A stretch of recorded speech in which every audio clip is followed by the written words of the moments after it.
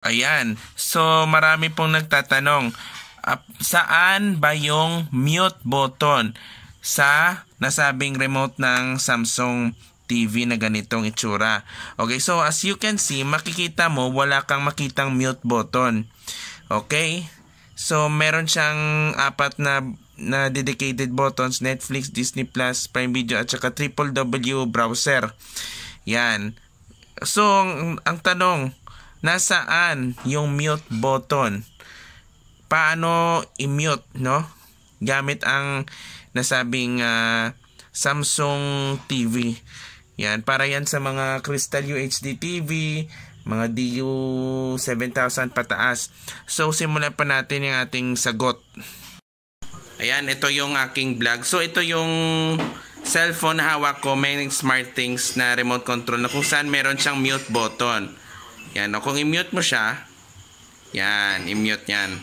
Kapag i-unmute mo, yan. Yan na. See?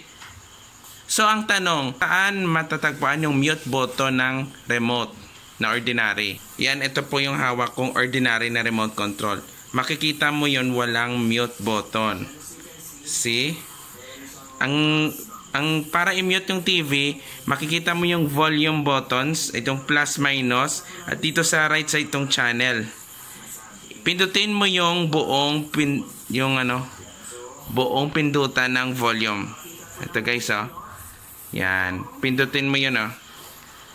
Yan. Ayan, oh. Nag-mute siya. Yan, as you can see, indicator siya. Kapag i-unmute ko,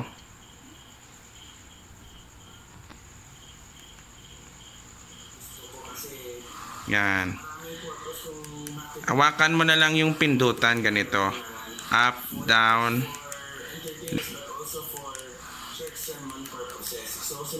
Ito yung vlog ko guys, oh.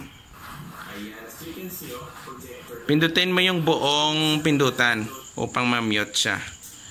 Yan. As you can see, itong makikita mo yung mute sign. Unmute. Kung tapos ka na manood ng TV, ang remote ay ibalik sa ibaba ng TV o sa tabi upang hindi ito siya mawala. Okay, so maraming salamat sa panonood and goodbye everyone.